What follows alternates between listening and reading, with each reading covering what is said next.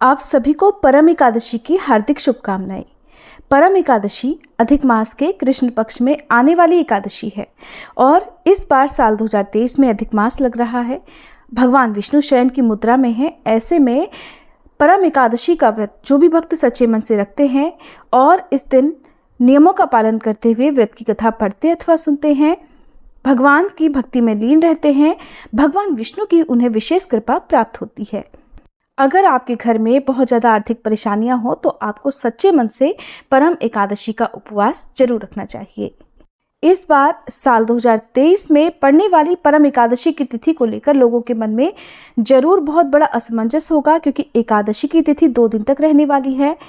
ऐसे में किस तिथि में उपवास रखना सबसे ज़्यादा सही होगा, ये आज की इस वीडियो में आपको बताएंगे।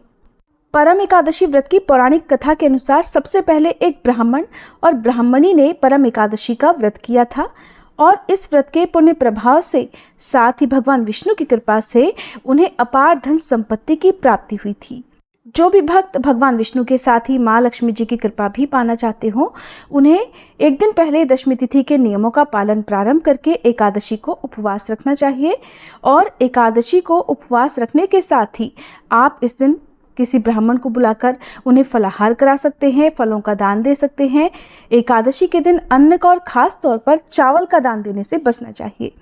एकादशी के व्रत में चावल का या चावल से बनी किसी भी वस्तु का सेवन करने से बहुत बड़ा दोष लगता है। जो भक्त उपवास रखते हों उन्हें इस दिन केवल जल और फल का ही सेवन करना चाहिए। भगवान को भोग में तुलसी पत्र अनिवार्य रूप से अर्पित करने चाहिए, क्योंकि भगवान की पूजा या भगवान का भोग बिना तुलसी जी के अधूरा माना जाता है। व्रत रखने वाले भक्त को आज के दिन किसी दूसरे के घर का जल या फल ग्रहण नहीं करना चाहिए। ऐसा करने से भी व्रत अधूरा रहता है। आर्थिक समस्याओं से मुक्ति पाने के लिए आज के दिन उत्तर दिशा की तरफ मुंह करके एक दीपक माँ लक्ष्मी जी के नाम से जलाना चाहिए और ओम श्री महालक्ष्मी नमः मंत्र का 108 बार जाप करना चाहिए। साथ ही इस दिन कौड़ियों की या फिर श्री यंत्र की पूजा भी करनी चाहिए। साल 2023 में 12 अगस्त शनिवार को परम एकादशी है और एकादशी का उपवास इसी दिन रखा जाएगा। हालांकि एकादशी की जो तिथि है वो एक दिन पहले 11 अगस्त को सुबह से ही प्रारंभ हो रही है, लेकिन 12 अगस्त को पड़ने वाली जो तिथि रहेगी वो द्वादशी मिली हुई एकादशी है और इसी तिथि में उपवास रखना सबसे ज़्यादा उत्तम फलदायी होता है। जानिए एकादशी तिथि कब से कब तक रहेगी। तो एकादशी तिथि प्रारंभ होगी 11 अगस्त शुक्रवार की सुबह 5:07 से और समाप्त होगी 12 अगस्त शनिवार की सुबह 6:31 पर।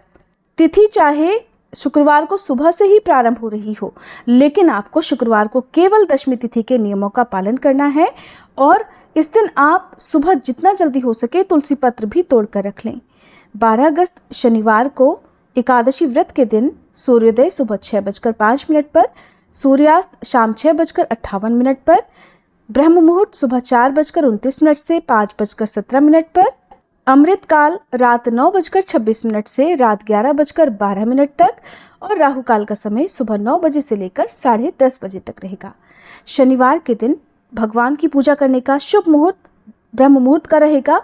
इसके अलावा सूर्योदय से पहले और राहु काल का समय प्रारंभ होने से पहले भी आप एकादशी की पूजा कर सकते हैं।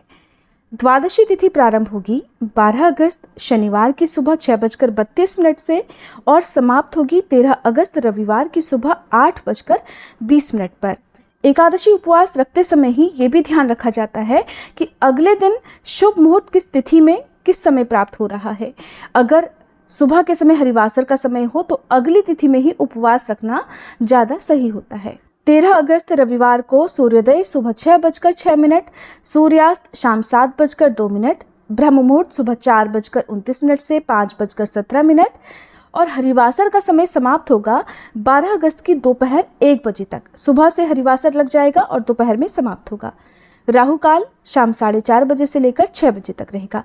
नियमों के अनुसार भूले से भी हरिवासर के समय व्रत नहीं खोला जाता है। 13 अगस्त रविवार को आप परम एकादशी का उपवास खोल सकते हैं सुबह 6:07 से लेकर 8:20 के अंदर। इसके बाद से त्रयोदशी तिथि प्रारंभ हो जाएगी, इसलिए आपको शुभ मुहूर्त के अंदर ही अपना उपवास खोल लेना है। अगर आपको ये जानकारी पसंद आई हो तो प्लीज़ वीडियो को लाइक करके चैनल को सब्सक्राइब करना मत भूलिएगा।